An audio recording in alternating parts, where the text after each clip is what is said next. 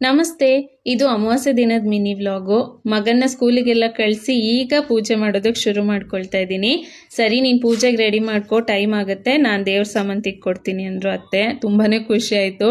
ಇನ್ನೇನು ಶ್ರಾವಣ ಶುರು ಆದರೆ ಮೇಲಿಂದ ಮೇಲೆ ಪೂಜೆ ಮಾಡೋದು ಇದ್ದೇ ಇರುತ್ತೆ ಅಲ್ವಾ. ಅದಕ್ಕೆ ದೇವ್ರ ಸಾಮಾನು ತೊಳ್ಕೊಳ್ಳೋದಕ್ಕೆ ಬೇಕಾಗುತ್ತೆ ಅಂತ ಜಸ್ಟ್ 200 ರೂಪೀಸ್ನ ಕೊಟ್ಟು ಮೊನ್ನೆ ತಾನೇ ಹ್ಯಾಪಿ ಪ್ಲಾನೆಟ್ ಕ್ಲೀನರ್ನ ತರಿಸ್ಕೊಂಡಿದ್ದೆ, ಅದನ್ನು ಕೊಟ್ಟೆ. ಈ ಹ್ಯಾಪಿ ಪ್ಲಾನೆಟ್ ಕ್ಲೀನರ್ನ ತಾಮ್ರ, ಹಿತ್ತಾಳೆ, ಕಂಚು ಎಲ್ಲದಕ್ಕೂ ಯೂಸ್ ಮಾಡ್ಬೋದು.